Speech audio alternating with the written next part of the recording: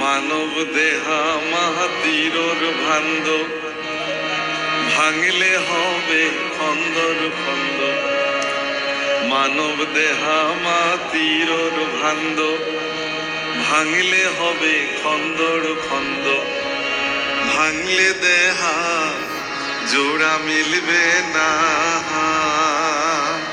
ওই একবার হরি বলো মন বাহারে বার।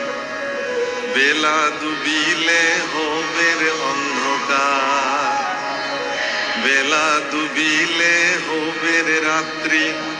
সঙ্গে নাই তোর সঙ্গের সাথী, বেলা ডুবিলে হবে রে রাত্রি।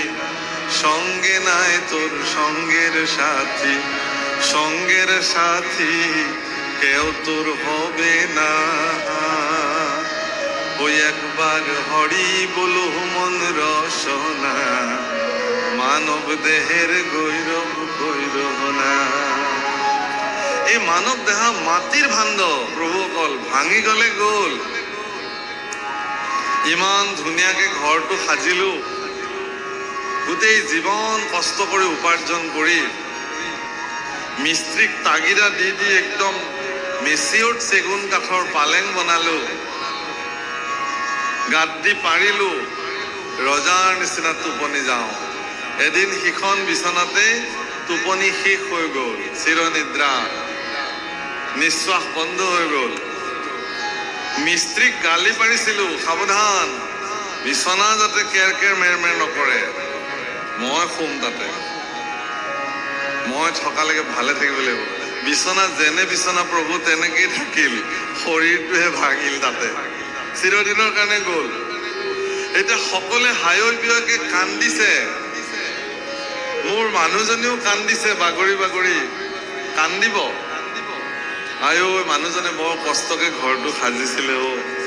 এই আই, কান্দিব নালাগে আৰু, এইটো দেহত একো নাই, এতিয়া বাহিৰলৈ লৈ আহক।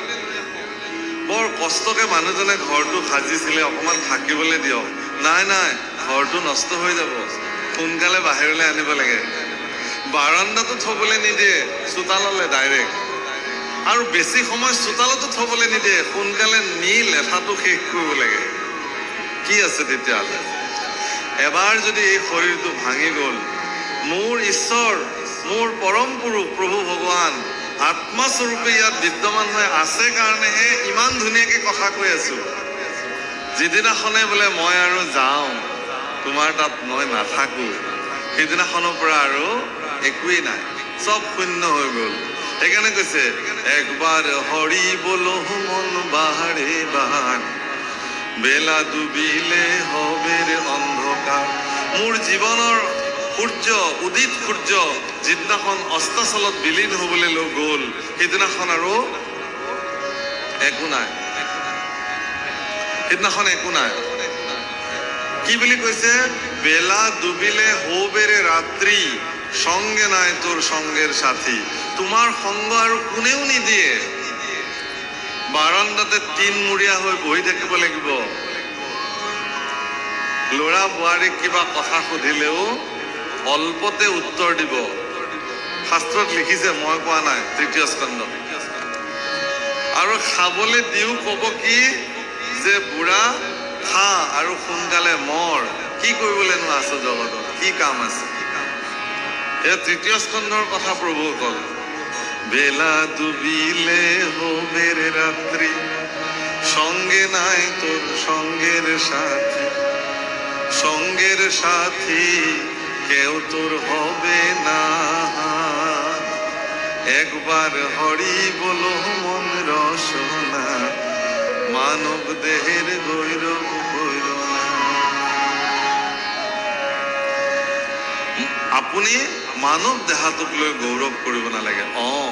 মানৱ জন্মটোক লৈ গৌৰৱ কৰক, দেহাটোক লৈ নহয়। আপুনি যে মনুষ্য জন্ম আপুনি প্ৰাপ্ত হৈছে, সেইটোক লৈ গৌৰৱান্বিত কৰক যে হে ভগৱান, তুমি যে মোক গৰু, কুকুৰ, শিয়াল, গছ গছনি নকৰি পেলাই মনুষ্য জন্ম দিছা, মোৰ ধন্য হ'ল জীৱন। ভাগৱতৰ একদম ১২ স্কন্ধৰ শেষৰ ফালে লিখিছে, কলি যুগ, ভাৰতবৰ্ষ নৰতনু আৰু হৰিনাম, এই চাৰিৰ সংযোগ যদি কাৰোবাৰ জীৱনত প্ৰাপ্তি হ'ল, তেওঁৰ জীৱন ধন্য হৈ গ'ল। আৰু আমাৰতো হৈছে, আমিবিলাকে কলি যুগত জন্ম কৰিছো। যদ্যপি কলি দুখৰ নিধি, তাতে আছে মহাগুণ। কি গুণ? অল্পকালে ঈশ্বৰ স্মৰণ কৰিলে মুক্ত হ'ব পাৰে, কলিৰ গুণ। বাকী চাৰি যুগৰ ভিতৰত শ্ৰেষ্ঠ কলি যুগ, এইকাৰণে প্ৰশংসে কলিক জ্ঞানী সমাজে। আৰু ভাৰতবৰ্ষ পুণ্যভূমি, তপভূমি ভাৰতবৰ্ষ। এই ভাৰতবৰ্ষতে ভগৱানে বাৰে বাৰে অৱতাৰ লয়। কি বুলি লিখিছে? ধন্য ধন্য কলি কাল, ধন্য নৰতনু ভাল, ধন্য ধন্য ভাৰত পুৰীষে।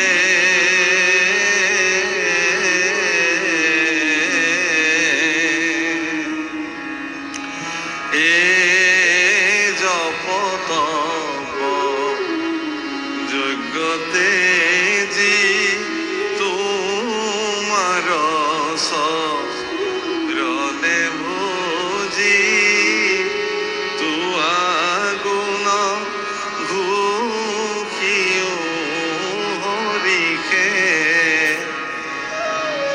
কিমান ধুনীয়াকে কৈছে, ধন্য ধন্য কলিকাল, ধন্য নৰতনু ভাল, ধন্য ধন্য ভাৰতবৰী।